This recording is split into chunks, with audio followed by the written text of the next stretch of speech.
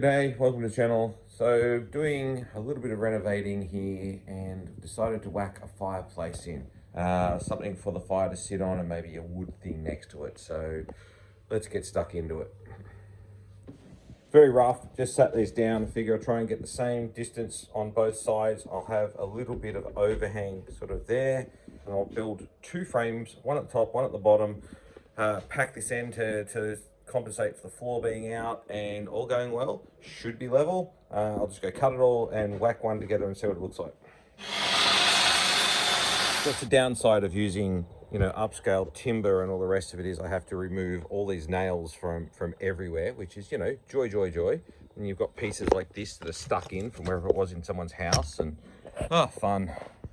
I was unsure where I was going to go with the corner, so I decided just to take a 90mm piece of wood, and I've got 90 that way, 90mm that way, so this has a nice overhang, and I'm just going to run these between the front and back and cut them here. So just quickly cut the 8 side bits. It's actually coming up a little bit better than I expected. The corner's quite nice. That's how the framework's going to go. Now just make a second one of those exactly the same and put it on top. So I've quickly cut the second one and put that in place. It looks like it sits almost milled perfect, so I'm kind of happy with that. Once I nail them all together, the theory is I will bolt the bottom one to the floor, or nail the bottom one to the floor, adjust the top one so it's level, which means I'll have to put packers in here. Once packers are in place, I will take bracings, put a bracing in every single corner, including a couple in the middle, just to give it a little extra strength. Then I'll move on to putting the top on. So I ran out of nails, went and got some more nails, quickly whacked these together, doubled up on the nails on the front and stuff. I was hoping I could get through without running out. Now it's a matter of sitting over there, moving that out of the way and starting to do the level side. I knew the floor was out, but I didn't realize it was only one corner. I thought it was the whole thing, but that's fairly level. Like I've stuck the level on there. It's fairly level across until this corner. So I stuck a packer under, nailed the bottom one into the outside beam. I'll do the same on the back. The joys of using recycled timber is it never quite lines up. So this top one is actually bowed a little bit. When I put my foot on to pull that down, you can see it lifts over there. So I'm just going to have to get someone to stand on that. I'll nail that in place, and I'm going to put an extra couple of supports in each corner.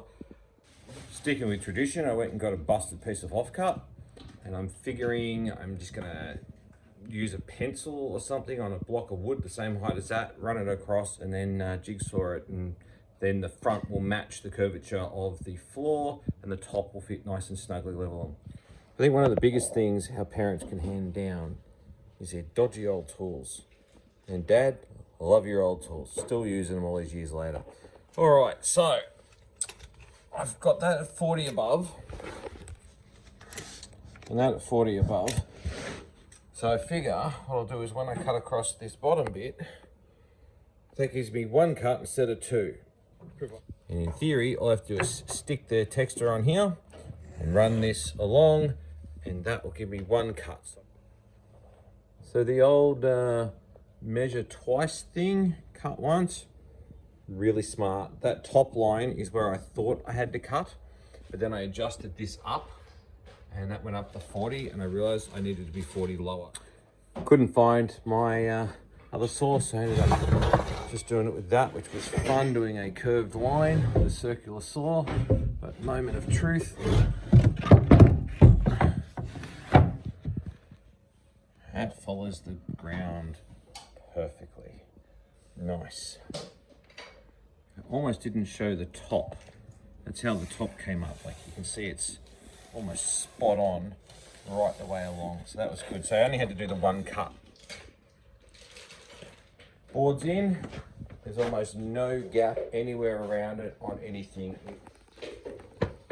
Had to nail that in place, find some blue board or cement sheeting, get some tiles, blah, blah, blah. Anyway, under the next bit. Didn't take long to find a piece of blue board. I'll go through and I'll measure everything and cut that now. Here we go. It's where it's got a cut. I'm probably not going to be able to video this while I do it, but this is what you use to cut it.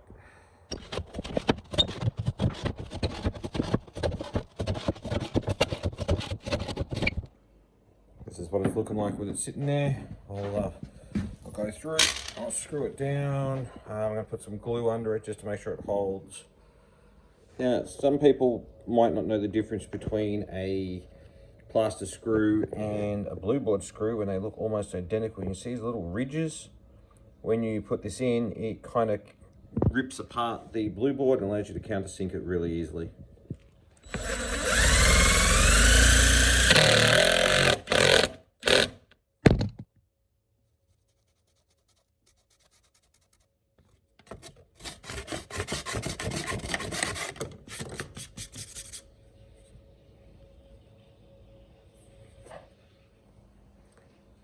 Screw it down now.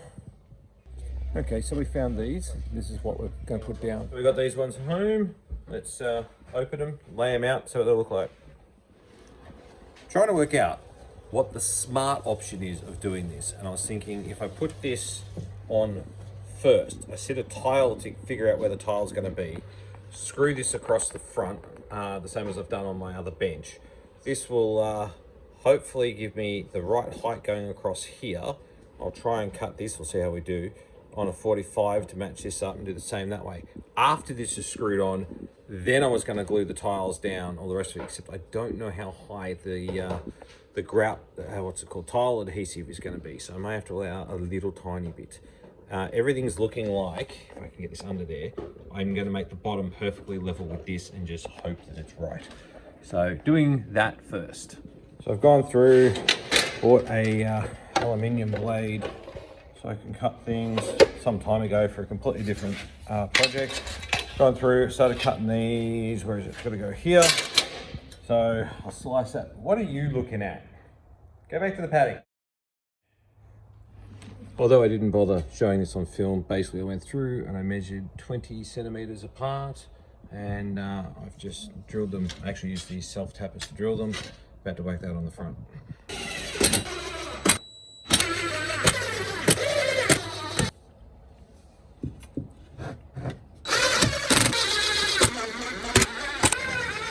So that's the edge done, kind of lined up a lot better than I was hoping. I'm still going to have to gap fill it with something, and I've set the tiles. They're kind of nice. I've just got to cut the back couple and glue it all on. Couldn't find my tile cutter. A mate decided to lend me his, but I didn't notice it said 400 on it. So the actual box is smaller than the tile.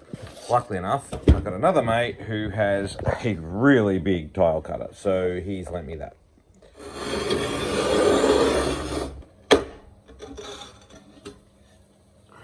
Second one should be the same.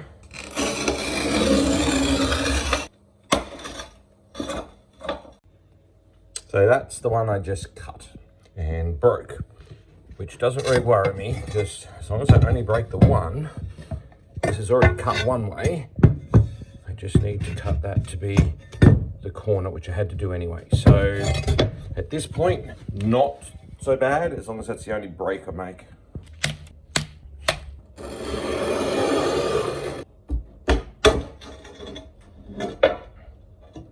Well, I'm going to say going from the end is a lot smarter.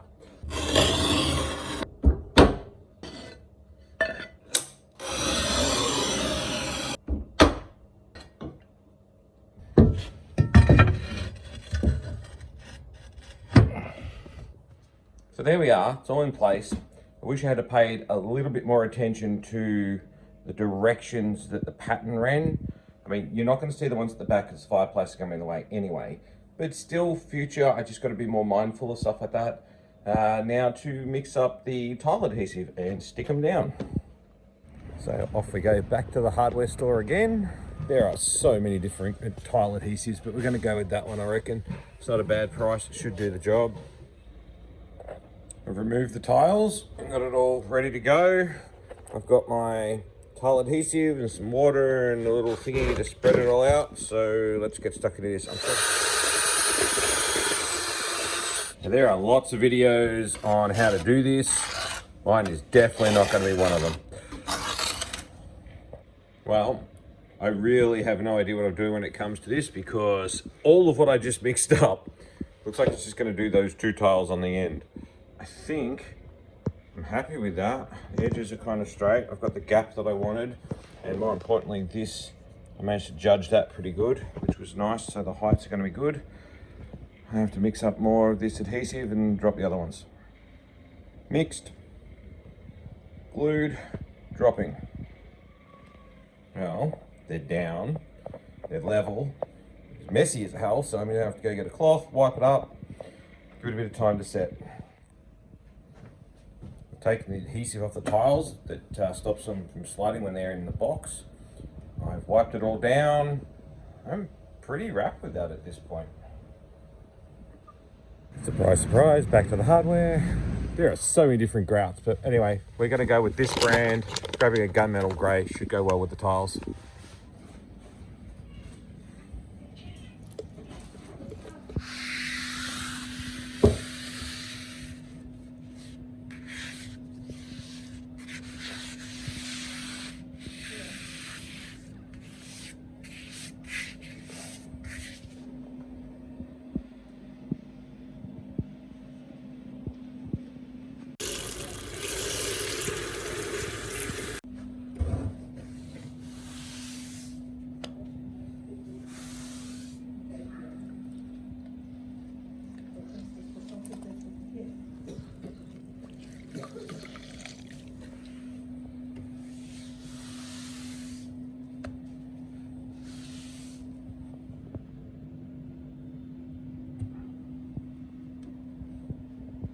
And I've gone through, I've put the grout in, I've given it one wipe down.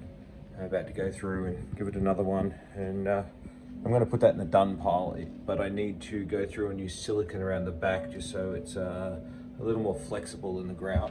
But the front's come up well, all the tiles are separated well. I'm happy with the gaps, I'm happy with the corners. Definitely going to call that done. So this is it, totally finished. It's been a couple of days. We've gone through, we've set the fire on there just to sort of get an idea what it's going to be like when it's finished. And as my friend just said, you know, I don't do things by half. Thanks for watching and take care.